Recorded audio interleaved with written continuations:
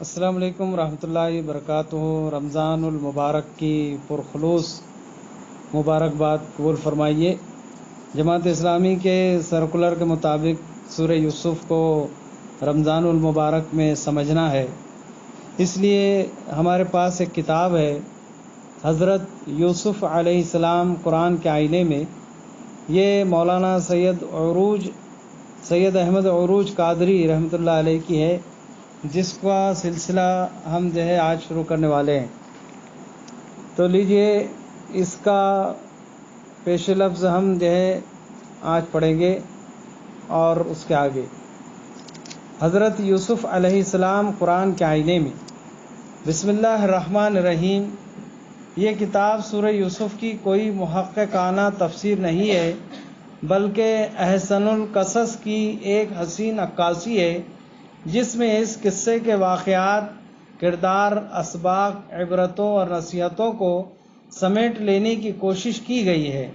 اس سورہ کے شفاف آئینے میں حضرت یوسف علیہ السلام کے جمال باطن کا ایک ایسا دلکش اور نظر نواز مرقع سامنے آتا ہے جو بے چین آنکھوں کی تسکین اور زخمی دلوں کا مرہم ہے۔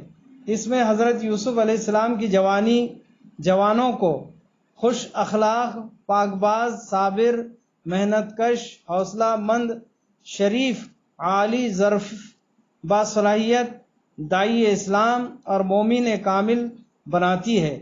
اس میں حضرت یعقوب علیہ السلام کا بڑھاپا بوڑھوں کو صبر جمیل، حسن تدبیر اور توکل علی اللہ کی تعلیم دیتا ہے۔ اس میں صاف محسوس ہوتا ہے کہ حسد کا لاوا انسانیت، شرافت و مروت، یہاں تک کہ قریبی قرابت کو بھی جلا کر خاک سیاہ کر رہا ہے۔ اس میں صاف محسوس ہوتا ہے کہ خیر خواہی، حسن سلوک، صبر، توکل، تقوی اور احسان کے پھل بہت میٹھے ہوتے ہیں اور ان کا اجر کبھی ضائع نہیں ہوتا۔ سجن یعنی قید خانہ اس قصے کا ایک حصہ ہے، کل قصہ نہیں۔ یہ سورہ قید خانے کے اندر بھی رہنمائی کرتی ہے اور قید خانے کے باہر بھی راہ ہدایت دکھاتی ہے۔ میں اس کتاب کو منظوم تحفہ زندان کی طرح سینٹرل جیل تہاڑ کا ایک منشور تحفہ زندان سمجھتا ہوں۔ یہ کتاب بھی دراصل جیل ہی کی یادگار ہے، کیونکہ وہیں سورہ یوسف پر اثر نو غور و فکر اور اس سے سبق لینے کا موقع ملا۔ ذہن اس کتاب کے لیے جیل ہی میں تیار ہو چکا تھا، اس کا ظہور جیل سے باہر ہو سکا۔ میں نے ماہانہ زندگی مارچ 1976 تا جون 1976 کے اشارات کی 4 قسطوں میں جو کچھ لکھا تھا، اب وہی کتابی شکل میں شائع کیا جا رہا ہے۔ میں نے پہلی قسط کی ابتدا میں لکھا تھا، میں 1 جولائی 1975 کو رامپور سے باہر گیا تھا اور 21 جنوری 1976 کو واپس آیا۔ اس دوران میں سورہ یوسف کو زبانی یاد کرنے کی توفیق بھی ملی اور اس کے مضامین پر اثر نو غور کرنے کی فرصت بھی ملی۔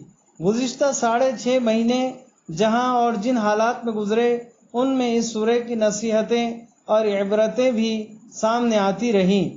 زندگی نو 76۔ ایمرجنسی کا دور وہ دور سیاہ تھا کہ میں باہر کی سراحت بھی نہیں کر سکتا تھا۔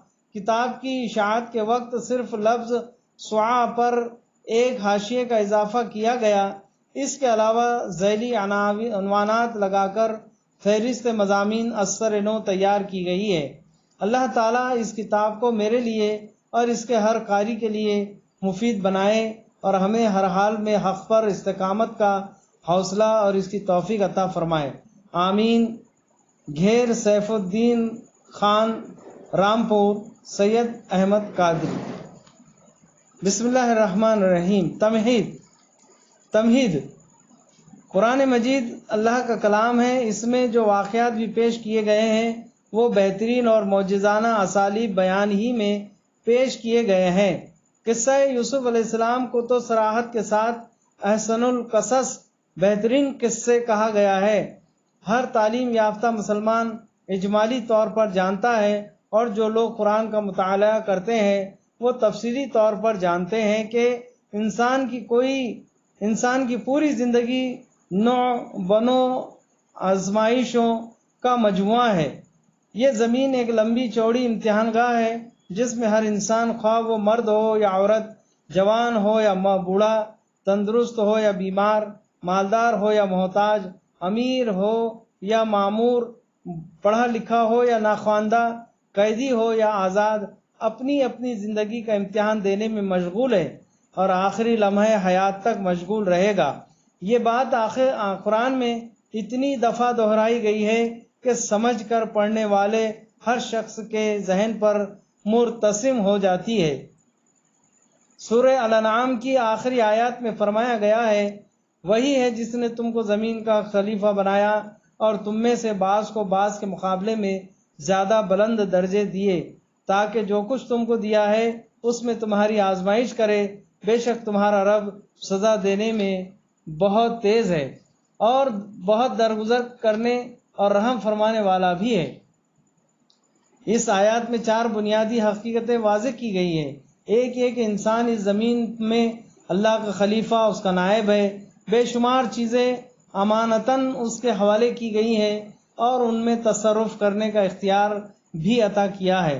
دوسری یہ کہ انسانوں کے درمیان مراتب کا فرق بھی اللہ ہی نے رکھا ہے۔ امانتیں ہر شخص کو برابر اور یکساں عطا نہیں کی گئی ہیں، خواہ جسمانی صلاحیتیں ہوں یا خارجی اشیاء پر تصرف کا اختیار، ان سب میں فرق مراتب موجود ہے۔ تیسری بنیادی حقیقت یہ کہ سب کچھ امتحان کے لیے ہے۔ وہ دیکھنا چاہتا ہے کہ کون شخص نیابت و خلافت کا حق ادا کرتا ہے اور کون اس میں ناکام ہوتا ہے۔ چوتھی بات یہ کہ اللہ کے باغی کو اس کی سزا سے بے خوف نہیں ہونا چاہیے۔ وہ چاہے تو سیکنڈ کے 1000ویں حصے میں بڑی سے بڑی سزا دے سکتا ہے۔ اسی طرح اللہ کے کسی وفادار کو اس کی مغفرت و رحمت سے مایوس نہیں ہونا چاہیے، وہ بہت بخشنے والا اور بڑا مہربان ہے۔ سورہ الکہف میں ارشاد ہے، واقعہ یہ ہے کہ یہ جو کچھ سر و سامان زمین پر ہے اس کو ہم نے زمین کی زینت بنایا ہے تاکہ لوگوں کو آزمائیں ان میں کون بہتر عمل کرنے والا ہے۔ آخرکار ان سب کو ہم ایک چٹیل میدان بنا دینے والے ہیں۔ آیت نمبر 7 تا 8۔ سورہ الملک میں کہا گیا ہے کہ نہایت بزرگ و برتر ہے وہ جس کے ہاتھ میں کائنات کی سلطنت ہے اور وہ ہر چیز پر قدرت رکھتا ہے، جس نے موت اور زندگی کو ایجاد کیا تاکہ تم لوگوں کو آزما کر دیکھے تم میں سے کون اچھا عمل کرنے والا ہے، اور وہ زبردست بھی ہے اور درگزر فرمانے والا بھی۔ آیت نمبر 1 اور 2۔ جس طرح انسانی زندگی کے 1000 پہلو ہیں اسی طرح آزمائشوں کے بھی 1000 رنگ ہیں۔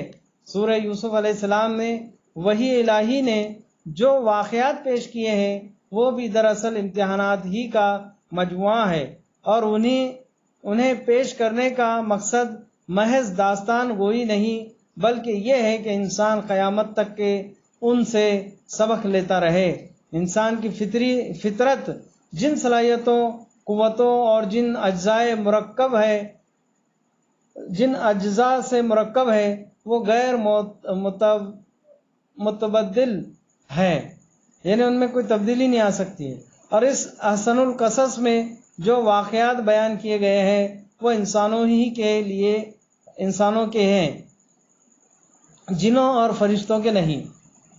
سورہ یوسف کی شان نزول۔ سب سے پہلی آزمائش تو ان لوگوں کی ہوئی جنہوں نے یہودیوں کے مشورے سے نبی اکرم صلی اللہ علیہ وسلم کے سامنے یہ سوال رکھا کہ بنی اسرائیل کے مصر منتقل ہونے کا کیا سبب تھا، وہ کس طرح فلسطینی علاقے سے نکل کر مصر پہنچ گئے۔ عرب کے لوگ اس قصے سے ناواقف تھے، ان کی روایات میں اجمالی طور پر بھی اس واقعے کا ذکر نہ تھا، اور نہ خود حضور صلی اللہ علیہ وسلم نے اس واقعے کی طرف کبھی کوئی اشارہ فرمایا تھا۔ اس لیے انہوں نے سوچا تھا کہ آپ اس سوال کا جواب نہیں دے سکیں گے یا یہودیوں سے پوچھ کر کوئی جواب دیں گے۔ دونوں حالتوں میں آپ صلی اللہ علیہ وسلم کا بھرم کھل جائے گا اور سب کو معلوم ہو جائے گا کہ وہی آنے کا جو دعویٰ کیا جا رہا ہے وہ صحیح نہیں ہے، لیکن ہوا یہ کہ جن لوگوں نے امتحان لینا چاہا تھا انہوں نے منہ کی کھائی۔ وہی الہی نے اتنے جچے تلے الفاظ میں ان کے سوالات کا جواب ان کے سامنے رکھ دیا کہ پوچھنے والے ہی نہیں، اس سوال کا مشورہ دینے والے بھی ہکا بکا رہ گئے ہوں گے۔ یہ وقت تھا کہ وہ حضور صلی اللہ علیہ وسلم کی نبوت و رسالت اور قرآن کے کلام اللہ ہونے پر ایمان لے آتے، لیکن وہ اس آزمائش میں ناکام ہو گئے۔ وہ ایمان نہیں لائے کیونکہ ان میں ایمان لانے کا سرے سے کوئی ارادہ ہی موجود نہ تھا۔ اس سے انسانی طبیعت کا یہ رخ واضح ہوتا ہے کہ وہ کس بات کو ماننے پر آمادہ نہ ہو تو وہ دلیل بھی اسے آمادہ نہیں کر سکتی جس کا مطالبہ اس نے خود کیا ہو۔ انسانی طبیعت کا یہ رخ 1400 برس پہلے بھی موجود تھا، آج بھی موجود ہے اور قیامت تک موجود رہے گا۔ جان بوجھ کر کسی حقیقت کا انکار کر دینا کوئی نئی بات نہیں ہے۔ اس امتحان کا دوسرا نتیجہ یہ نکلا کہ وہی الہی نے ایک آئینہ ان کے سامنے رکھ دیا جس میں صاف صاف دکھائی دے رہا تھا کہ وہ محمد عربی صلی اللہ علیہ وسلم کے ساتھ اسی طرح کا برتاؤ کر رہے ہیں جیسا برادران یوسف نے اپنے بھائی یوسف علیہ السلام کے ساتھ کیا تھا۔ انہیں سمجھنا چاہیے تھا کہ اس برتاؤ کا نتیجہ بھی وہی نکلے گا جو اس وقت نکلا تھا، مگر انسان جب دنیا کی محبت میں مست ہو کر اپنی فطرت مسخ کر لیتا ہے تو بڑا سے بڑا نقصان بھی اسے اپنے انجام پر غور کرنے پر آمادہ نہیں کرتا۔